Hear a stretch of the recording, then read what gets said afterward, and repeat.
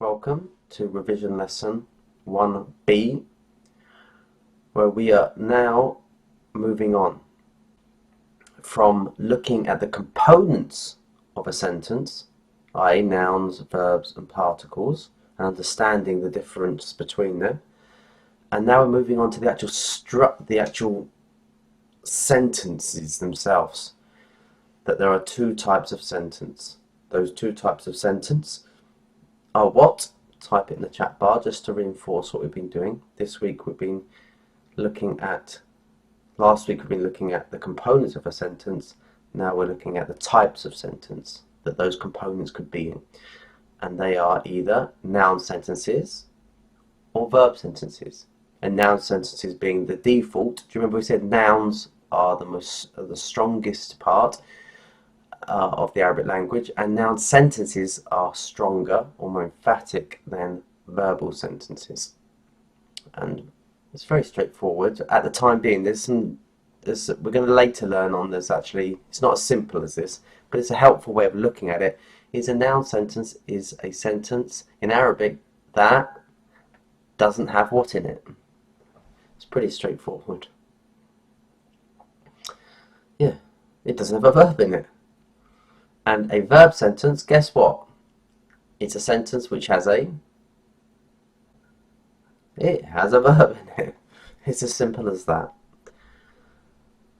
And I want to reinforce the point that this chapter, i.e. lesson 1, is simply an overview of the Arabic language. So we are going to, this overview is going to be constantly revisited throughout the whole of the course.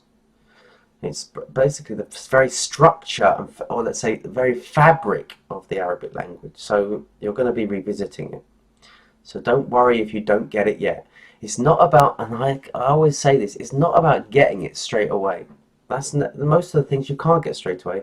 And it's not that you're stupid if you can't get it first time. That's often how people feel. They feel, I must be dense or something. The reality is, it's through exposure, time and time again, in well thought out and consciously spacing that repetition. Not just doing 5 hours each day or just burning yourself out. That's just not gonna. Most people will just burn out and they won't be able to, it's not consistent. And you can't take on that amount anyway. You know, think of doing that exercise like that every day. Your body is going to react. There's a little quote that I put up recently on Instagram, is that if don't be a tyrant to yourself, because you will rebel. If you start to tyrannically enforce things on yourself, your system, your organism, your psyche will find out some way to stop you doing what you're doing, whether you like it or not. So it's about being well thought out and doing things at your own pace, even if that might mean, which is frustrating, I understand that, falling behind and just going at your own pace. That can potentially happen at some point. But in this course, you can't lose out. You can always catch up, either within the year by going at your own pace. And not necessarily catching up with the class, but catching up to the end of the class, the course, or just doing it again the next year and reinforcing what you've done as many times as you like. Don't look at this as like you've got to do it in 1 year or you're a failure. So, and then, just going back to what I was talking about, a noun sentence has two components to it. What are they? What are the two components to a noun sentence? Subject and news. Yeah. And the hardest thing about a noun sentence, which I often see neglected in courses, is what's the most important thing about a noun sentence? It's understanding where goes. Where what goes? That verb to be, which many people think is a particle, which is not. It's called the verb to be, is, am, are. It's working out where that goes, because it can get tricky and it can be confusing sometimes. Sometimes it can be just very simple and straightforward. self-explanatory. Other times it can be tricky. So it's working out where that goes. And I've got some general rules that don't always work, but they're a nice little guide, a map just to navigate. Is where does the is go? The is goes where there's no. Yeah, is goes where there's no al. Obviously not the first word. After the first word, is there a word that doesn't have al? Most likely is or am or are will go before that. That's how where there are als, that is generally, not always, generally doesn't go there. So, and what often, and we've got subject and we've got the news, and the subject at the moment goes first and the news goes after it. It's pretty straightforward. And then we've got a verb sentence, and what elements are we looking for in the verb sentence? They are, yeah, notice how, yeah, there you go, Nabila, well done. There you go, Naida, well done as well. Zaid and Nouri, excellent. Notice you say subject, verb, object, that's English. Arabic, the assumed order, because it doesn't, you don't have to do that, but the assumed order is verb, subject, then object. And well, object's not necessarily there. That's not a fundamental primary element of the sentence. It's not necessary. For example, I eat couscous. You can just say I eat. It still conveys a meaning. Couscous, the object, the thing being eaten, the object of the verb, it doesn't. It's not a fundamental element to the sentence. It's not a foundational element or primary element. So when we're talking about, we're really focusing here on the primary elements, the elements that can't be removed, what we call pillars in Arabic, umda. Whilst there's elements that can be removed are not primary elements, are secondary elements. Why does verb come first? Because if you think about it, it's logical. You're focusing on what's happened. So there's been, there was a fight. Some people have been fighting. So let's say hit. Okay, there's an action. Who did it? Ahmed. And who got the hit? Who got punched? Zaid. So in a verbal sentence, the focus is on the verb, the action. So you're going to put that first, and then you're going to explain who did it, and then you're going to explain who got it. That's the assumed order. If you're going to put the noun first, you're focusing on, that's a noun sentence. You're focused, I mean, this is later you're going to discover this, is that even if you've got a verb in it, it can be a noun sentence, but let's leave that at the moment. But remember, a noun sentence is a focus on a topic. It's a focus on someone or something you're talking about. And that's basically it, I think. Is it? Are there any questions around that? That's fundamentally what we looked at in this chapter. Are there any questions before I share my screen? So, just before we go into the content, just to take you through what you're going to see in a lesson. On the Wistia site, there's going to be many things on there, some PDFs. One is a revision page. A revision page, you're going to see one revision page for each lesson, or chapter. Because remember, there's two parts to a chapter, A and B. So the revision page at the bottom of the section will just summarize all the grammar that you've covered. And the extra bits, often the extra bits that I've spoken about that aren't in the folder. And it all just brings it all together on one page or two. Then we've got these word, what did I call them? Word patterns. And you'll see that there's a word pattern. So I have all the vocabulary from that chapter, and it will be collected in these word patterns. And it will take a word. So for example, let's say kitab. So kitab, it will take the three-letter root. You're not expected to know three-letter roots yet, but it's good to start guessing them. You'll probably get it wrong 50% of the time, and you'll get confused why this letter over that letter. Later on, it will start to make more sense. So kitab, the three-letter root is kataba. So what does the meaning of this root is to stick something firmly to another thing, because words, if you think about it, or book, a book is things bound together to another thing, whereby it's difficult to remove. So the solidly link. Here the link to writing is sticking meanings to words. Because you've got all these letters that make words that we extract meaning from.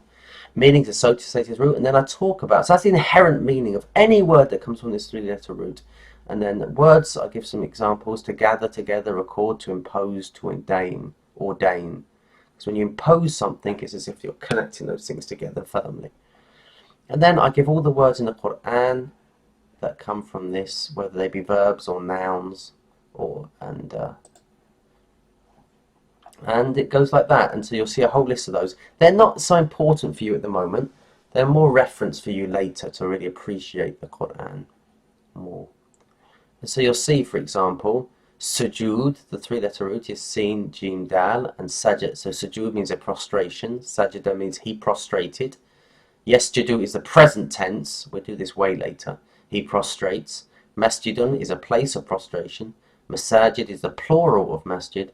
Sajidun is a prostrator, and sujudun is the prostrators.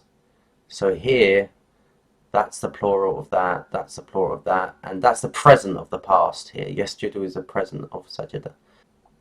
Sorry, having issues here.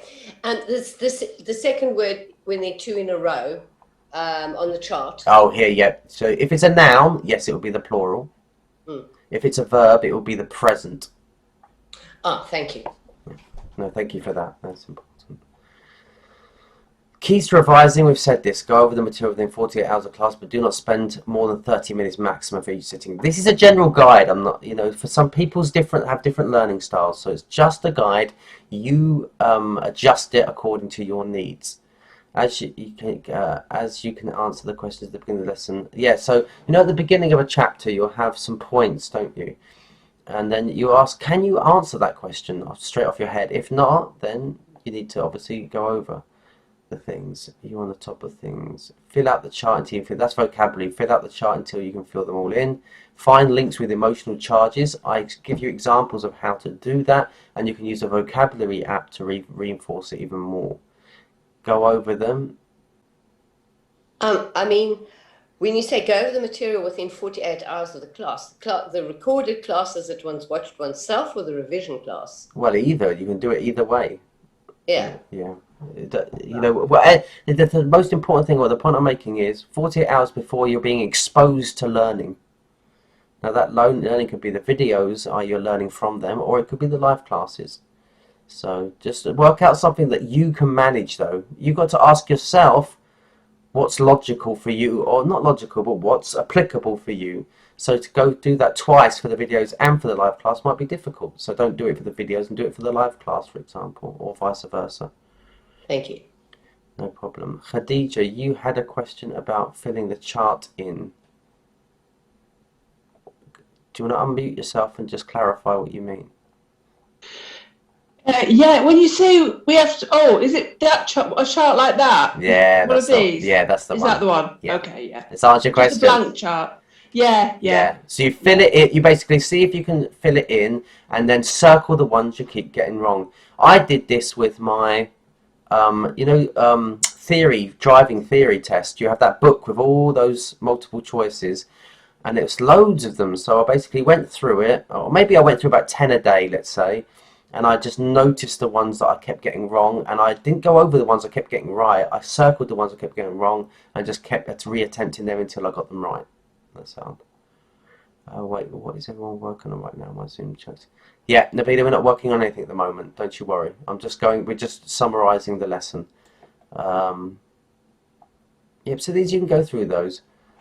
We've answered all these. What's the difference between them? What words must we add to a noun sentence when we translate? We said that. What the element? Yeah, we said that. What's the difference between primary and secondary element? And we mentioned that primaries. So you can have a look at that again afterwards. Now what I want to do, basically, a lot of it we've already covered. No. So Zaid says, any weekly homework? No. You don't have to submit anything to me.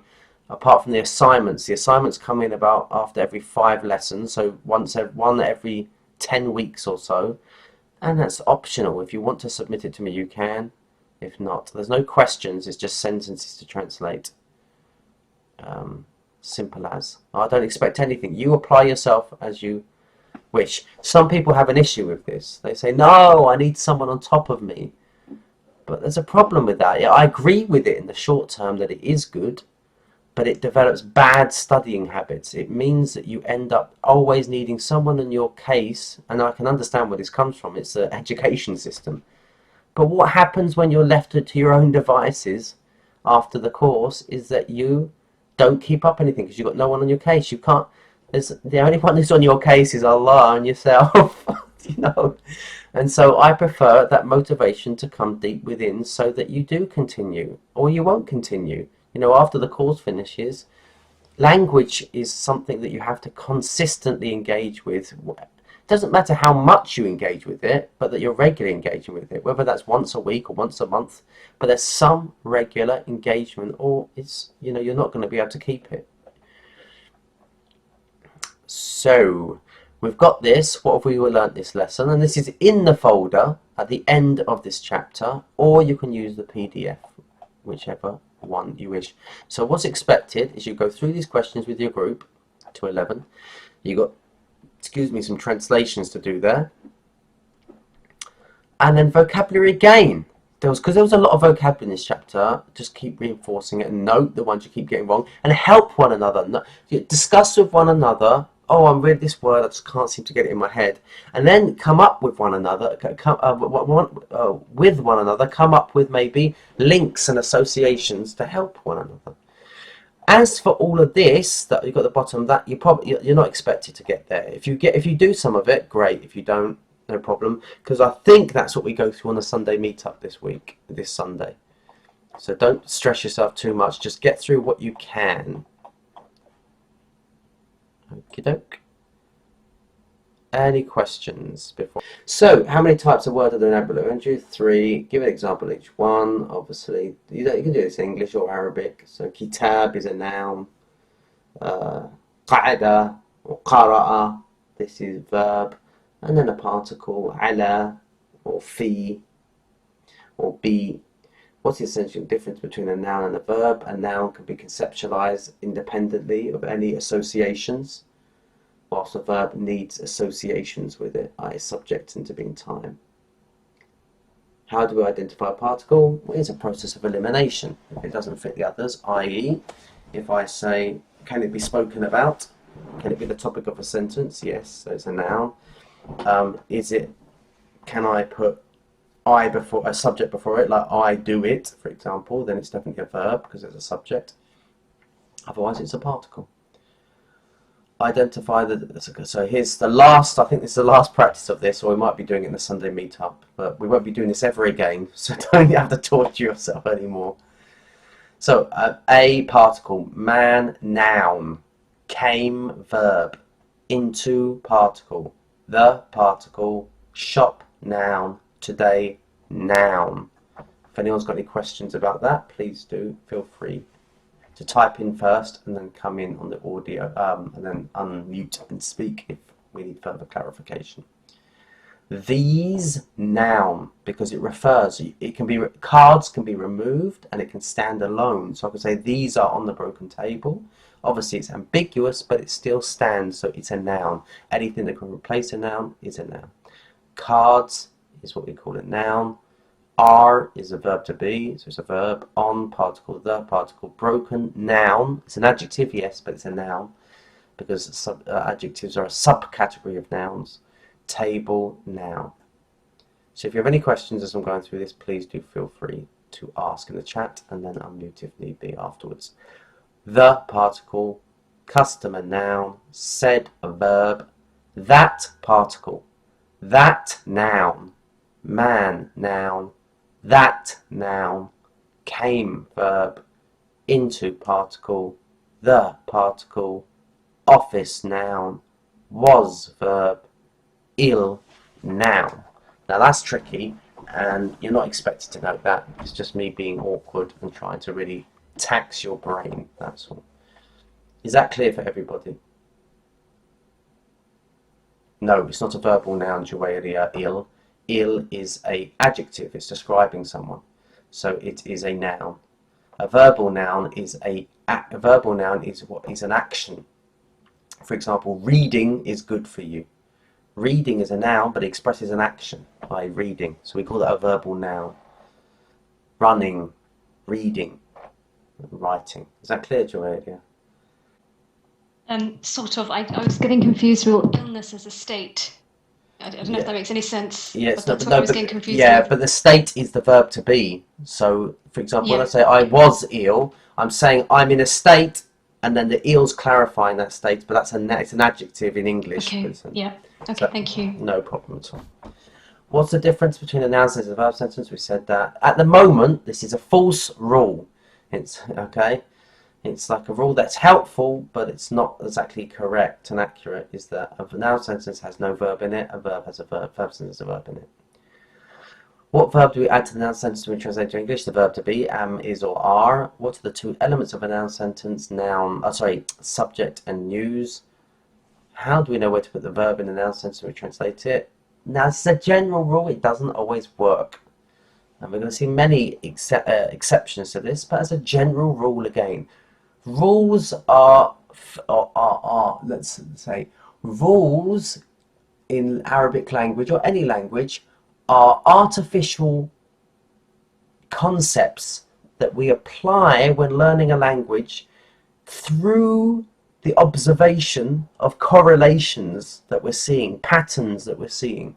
But there will always be exceptions to it because they're almost enforced onto something that is organic and doesn't inherently always have that.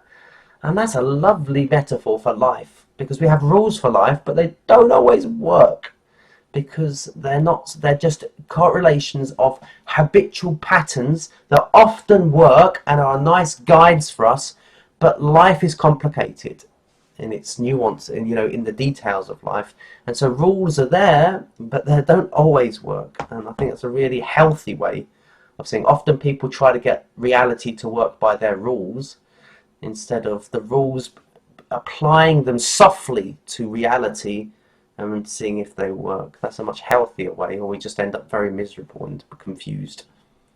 And so language is a metaphor for life in that regard. It's a reflection of that. What are the three elements of a verb sentence?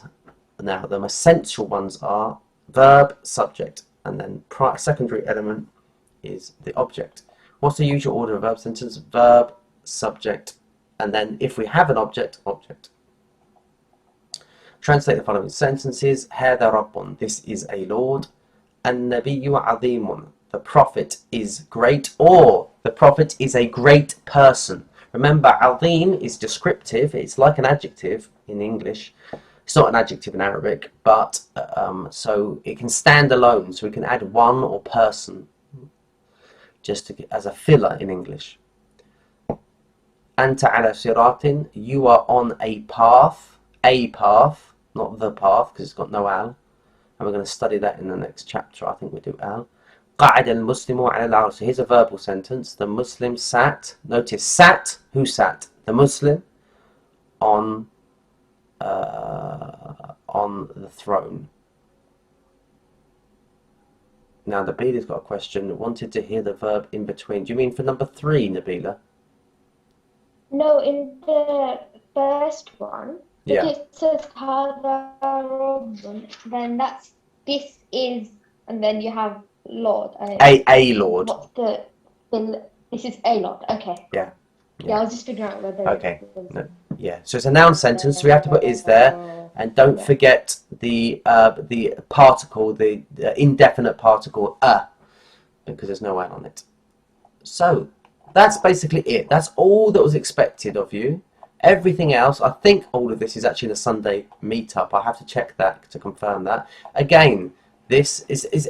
Are there any words that people are getting confused with still, that they just can't get into their heads? Did everyone get onto the vocabulary?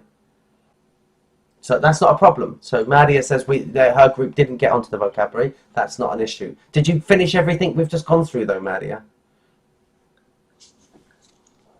Someone's Yeah, we were having a discussion actually Yep. about verb and noun sentences, and it was particularly what you said in the video about Alhamdulillah Rabbil Alameen, and how generally in the Quran noun sentences are used to show emphatic and like permanence, whereas verb sentences, you need repetition. Yeah. So Sister Sunny had a great question. She said, does that pattern also occur with like conversational Arabic? Yeah, those conversational Arabic. No, you're not going to get the sort of what we call balagha, like the stylistics and the rhetoric of the Quran is completely different. You might be able to. You would definitely apply that to probably Arabic poetry, like ancient Arabic poetry. Modern poetry, not as much. These are really rules to sort of understand and appreciate the language of the Quran, and probably the ancient Arabic poetry as well. So does that answer your question? Yes, Jazakallah khair. Yes. Right, yeah, Yes. Shukran. no problem. Can Malik be translated as ruler or king? No, that's Malik. So I don't know if this has come up in the videos. This is a really confusing thing about, we've got Malikun, a king. Malikun is an owner. And we have variants of the Quran, don't we? I don't know if people are familiar. Maliki Yawmiddin and Maliki Yawmiddin. And they're very fine, the differences. One means Malik, king, is an inherent quality of ownership. Because a king, he owns whether or not. It's like an inherent thing that is understood. While Malik is more focused on an individual having ownership, and it's the focus on the act being almost, it's focused on that ownership itself. Whilst with the king, it's like a secondary, it's like a sort of a secondary thing that's just assumed because of your kingship. So it's a question of emphasis there, to be honest, in the Quran. And it brings slightly different nuances and appreciations of the word there. Is Zayd, and Nordi's got a question, is hide a noun or is what a noun or a verb?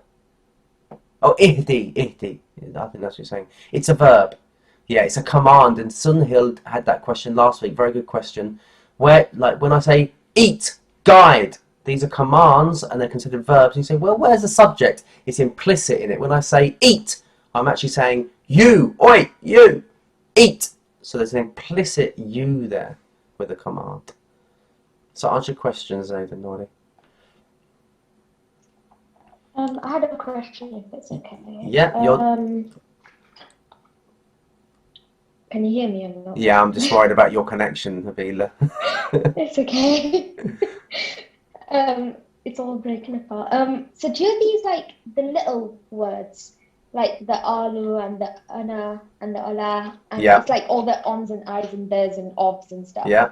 I feel like I find the bigger words easier to remember because they kind of have more character to them, so you can actually find a way to, like, they just fit better.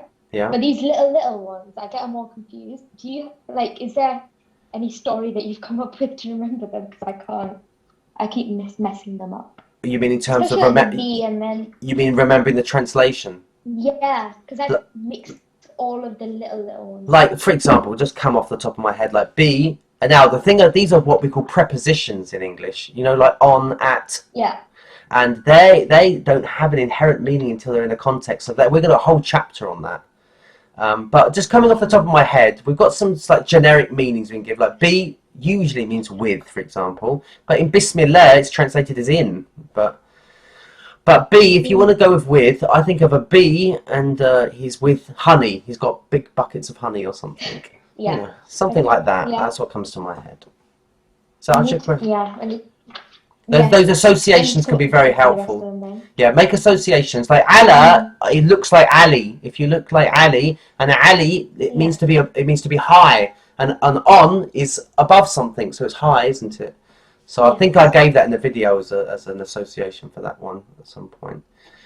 So, but if anyone wants to work, no, you're most welcome. You gave the Qaeda one. I think that's Yes. the one you gave. I think. Yeah.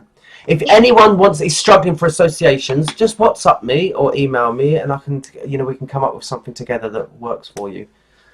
So, does that answer your question, Nabila? Yeah, that's perfect. Brilliant. And ihdi, that's a difficult one, Nazir. Ihdi, the root is hadaya. From hidayah, you're probably familiar with the term hidayat or hidayah. That's hadaya. And you say, where's the ya here? That's complicated.